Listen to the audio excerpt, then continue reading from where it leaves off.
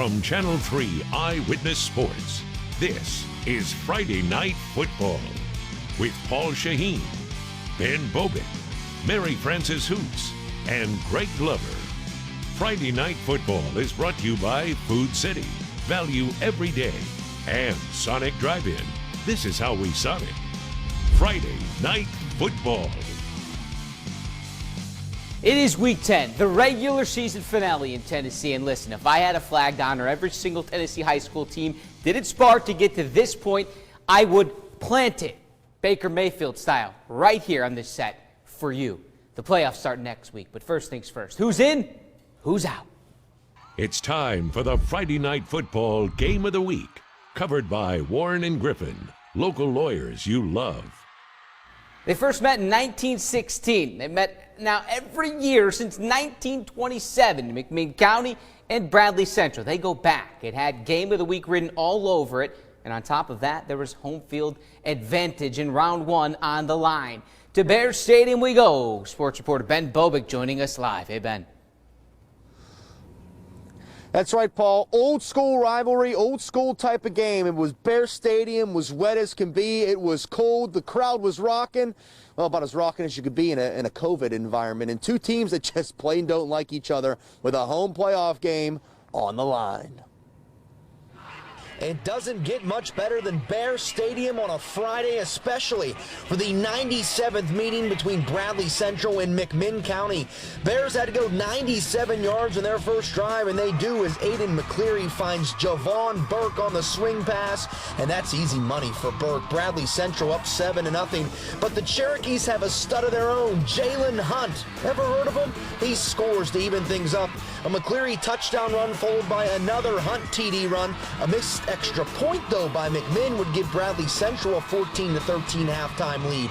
Cherokees get the ball to start the second half, and the Jalen Hunt show is just getting started. He gives McMinn County their first lead with this 40-yard touchdown.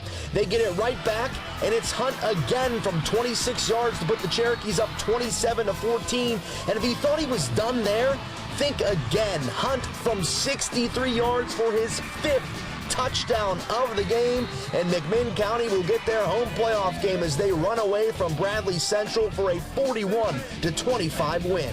You got special performances all year from Jalen Hunt, and to get to do it on against Bradley, you know, our oldest rivalry, it's a lot of fun for him to do that. So I'm happy for him. He's had a great 2 games against Bradley. Those last 2, you know, last year he set a single season rushing record. I don't know what he had this year, but he had a lot of yards on a few carries. This year he had 292 yards rushing. Last year he had 380. So he took a step back, but the McMinn County Cherokees take a step forward into the playoffs. They're hosting a playoff game next week, Paul. Take it away with the rest of the highlights. Thank you, Ben. Jalen Hunt for Heisman. I'm calling it. The brevity of tonight's regular season action continued at Ooltewah. Cleveland and Ooltewah were playing to keep their seasons alive. Winner moves on, loser goes home. Let's get to it. Jim Jarvis Field, home of the Owls, but the Blue Raiders strike first. Tito Boyd around the right side. Get up, get in. A little later, Cleveland backed up to punt. They didn't get to punt. Bad snap out of the end zone. That, my friends, is a safety. The Owls get 2 with special teams. It sparks a little something on offense. Fisher Perry to Nick Sullivan. Got him with the play action. Got the camera, too, there. Same drive, Dakota Jones. Tough yards on the goal line, 9-7. Ooltewah in front. The Owls led late, but Cleveland scored with 17 seconds left for the win. 36-30 Cleveland, playoff bound. Let's hit the scoreboard for the first time tonight. Bledsoe, still perfect, 49-8 over Tellico Plains. This from last night, McMinn Central upsets Brainerd. Grace Knoxville takes care of Boyd Buchanan, and Central beats Southeast Whitfield.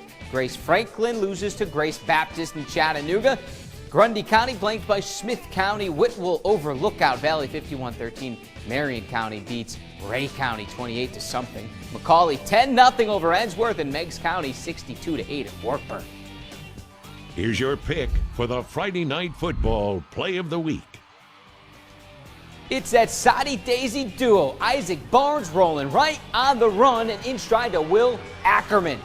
Pointing at the scoreboard and everything until it changed. Your play of the week. That was just first down. Still to come, we dip into North Georgia with Northwest Whitfield and Heritage, Soddy Daisy and Walker Valley, 2 teams, 1 home playoff spot on the line. Plus, as always, we'll hear from the bands, the fans, and the cheerleaders when FNF returns.